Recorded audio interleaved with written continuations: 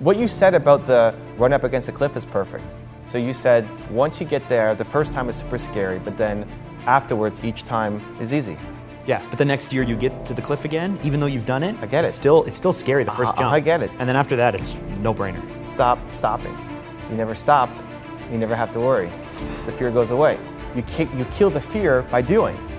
So you become the doing business, so then you're never afraid. If you jumped off the cliff every day, you'd never be afraid of it. Right. It's the gap that creates the fear. Yes. Kill the gap. That's your problem. It's literally just, I will make change every day, and so when change comes, it's less scary. Mm-hmm. There's something there. I like that. I just gave myself goosebumps. So you know me very, very well. Mm-hmm. I want to know what you think. So follow me here. This is going to be a tricky question. I love it. Tricky questions. I want you to tell me what I think I'm amazing at, but I'm actually garbage at. I want your opinion on that. I actually think you're pretty good at knowing what you're good at. Something you think you're amazing at, but you're actually garbage at. Yes. So this is my spin on the Evan question of tell me, like I'm garbage, right? I suck. Tell me why I suck, or whatever it is. However it is you ask that question.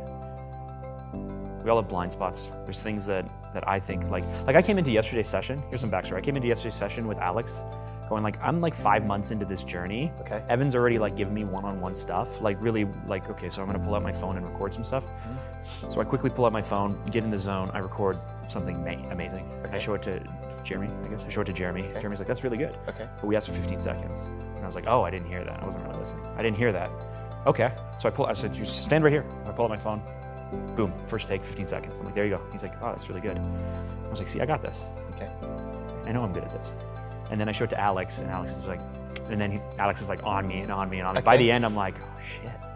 Like I'm like, okay, I came into this going like, I'm already been doing this for 5 months. I might not be the best, but I know I got this. Okay. And then Alex showed me the next level. And Which I'm was like, what? What did he tell you?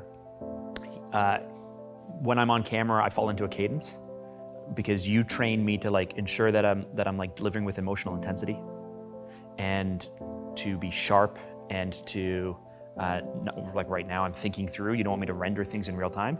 So the way I speak means that I come onto camera and I just speak with this cadence, I speak with this tone. I have a little bit ups, a little bit downs, but it's just this thing. And Alex is like, no, I want you to talk the way that you normally talk. And I'm like, but then I'd be breaking all of Evan's rules. Okay. And he's like, no, there's a middle space.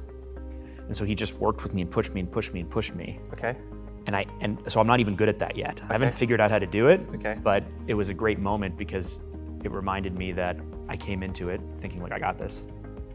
And then he showed me the next level that I'm not even comfortable doing. I have no practice, I'm not good at it. And so I'm ready to attack that. You know me well. What's the thing that I think I'm amazing at that I'm actually like, I don't even know that the next level is just waiting for me? I don't have anything specific. As I'm thinking through, like I think your problem is the opposite. I mean, for me, the problem is that I don't think I'm awesome, but I actually am. Yeah. I mean, the short answer is everything. Like everything you think you're amazing at, if you take the approach that you suck at it and you're willing to learn, then you'll get way better, right? No matter how much you think of, however you would define yourself now, like you're not a video editor, you're not a producer, you're a strategist, you're a guide, you're a whatever you think you're great at. There's still tons of levels to learn for you to get better at. So it's sure. I'm excellent at it and I suck. And always embracing both of those things. Hanging around you. ... I'm trying to think how I've called you out, because I'll naturally, if I see you sucking at something, but I think that, if I think you're sucking at something, but you think you're great at it, I'll just call it out in the moment. Like I don't sit on ideas and say, oh, well, I'm gonna one day tell Mark this thing. I think there's lots of stuff, but I don't think it's the biggest problem. I think it's actually leaning in on the stuff that you are great at that you don't think you're so great at. You live more in the land of I'm unhappy and I suck than I'm amazing. So I don't think you need more pile on how much you suck. And I didn't even know that until I hung out with you more. What? How opposite, like really, really opposite we are.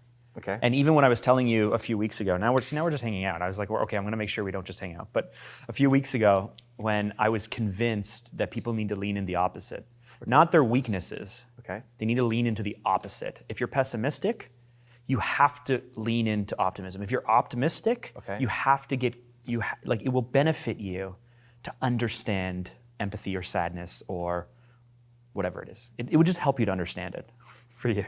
Okay. And if you always lean towards confidence, then it's probably good to be humble. If you're modest or humble or think you're garbage, it's probably good to think you're actually better. Like just Okay. leaning the opposite is probably healthy. I didn't realize until I hung out with you because I didn't really realize how insanely optimistic you were, or positive you were, Okay. courageous you were, any of those things. Where am I going with this? Right, so that's why I'm saying like, hey, I think I'm awesome at things. I think up until 6 months ago, I actually did think I was awesome at things. I didn't even realize that I didn't think I was awesome at things. You know what I'm saying? I think, I'm thinking now through our history, I think even looking at, we got it on camera, it's great.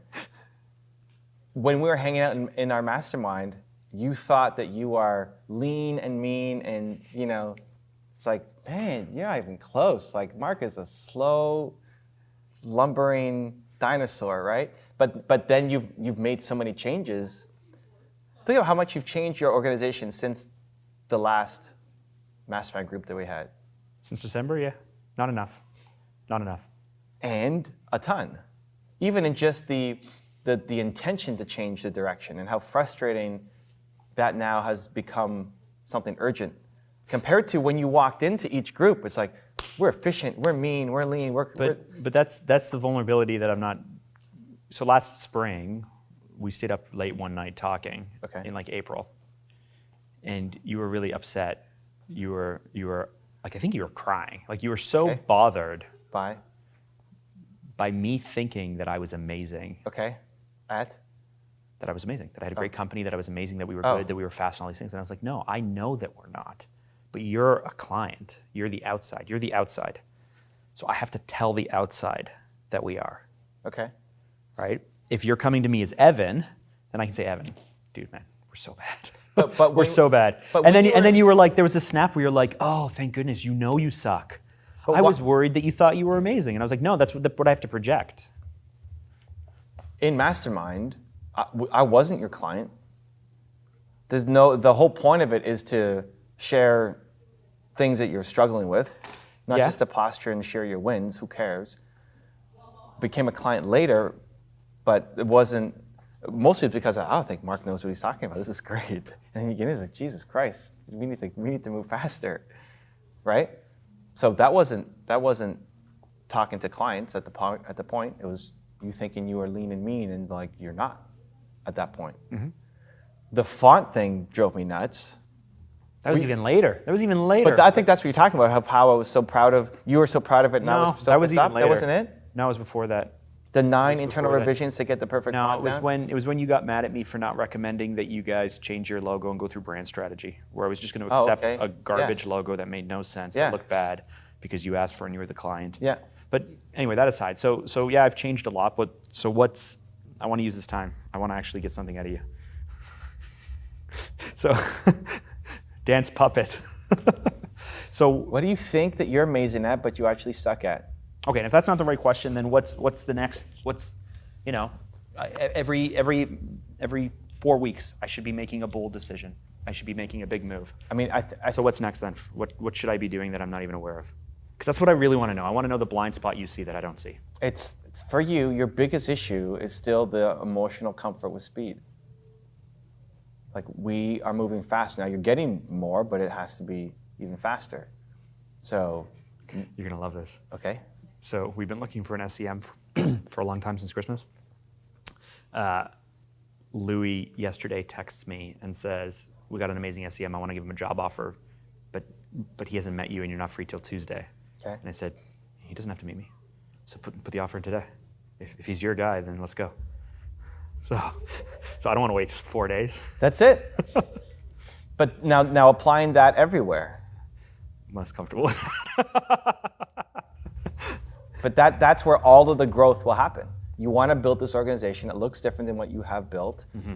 You've built it the slow, steady, organic way. Organic, conservative, risk, free as much as possible. It's not that there's been zero risk, but it's been pretty risk-free, yeah. Some little bets, but that's more my frustration. Like, I think you're capable of way more. And how do you get way more? Well, it's an understanding now how your organization looks. It's the structure was just broken to build what you want to build. So now it's redoing the whole structure which you're working through, but doing it faster. Like getting Louis to be your CEO, COO, was fairly fast by most people's standards. You take a guy who's in video editing to now know nothing about business and be the COO in 2 months? In 6 weeks. 6 weeks? Yeah. That's fairly aggressive. Yeah. But you wanted it in. I wanted it like the next day. The next day. Yes. Yeah. When I called Jeremy from the road and said, let's do this. And if I had to do it again, I would have done it in 2 or 3 weeks. So great. That's not like I suck. Now use that to go faster the next time. Because he could have been mostly ready in 2 weeks. Yeah. Now I was on vacation for a week of that, but Awesome. still, we still could have done it. But you just did it, and now like, okay, he's your guy, hire him, SEM. Like, I'll. What's the worst case? It's the wrong hire, you fire him. It's a learning. Yep. Move on. But empowering your team to go faster, and you just being comfortable with mistakes happening, but going speed. So now applying that. Like, do you want to do even talking about the structure of your company? You've got Fanta Media, but then did you want to do Fanta Talent? Did you want to do Fanta? Like have all these different companies that. I want to build what I have in front of me because otherwise I'll get too distracted with the dream. Okay, but even in the process of building Fanta Media, going faster to get the roles. Yes. And then like being upset. If the thing is, you know the dominoes that have to fall in the next X number of months. Like you may not know the 5-year plan, but in the next little bit, here's how we have to move the organization. People need to come, people need to go, you know what that looks like. You need to be obsessed about making that happen. You, your team, like this, we are not moving forward because we do not have this person in our company. We need to go find this person. Like it has to become the overall obsession. Like you could find that person next week if you really wanted to. Did I tell you about the email that I sent to my controller? Maybe? I don't know. No? I don't remember. I emailed him and I said, I don't know where the money's going to come from. I don't know how we're going to afford this. I don't know how we're going to restructure things. Yeah. But we need to hire this person. And if we don't hire them, we're shutting the company down. Yeah. Freaked them out.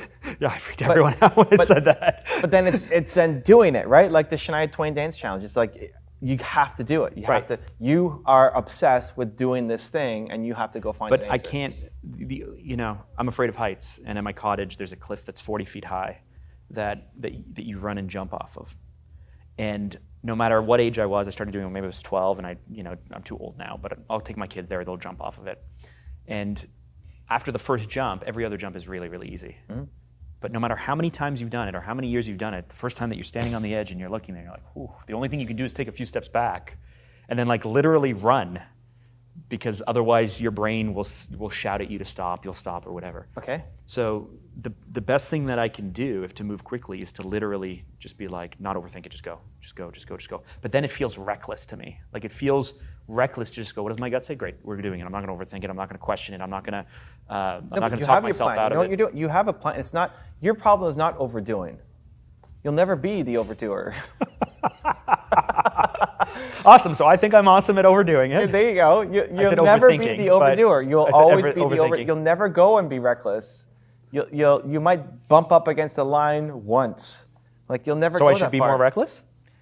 You should be on more purpose? doing. You should be more doing. What you classify as reckless actually isn't reckless. And your greatest fear, what you said about the run up against a cliff is perfect.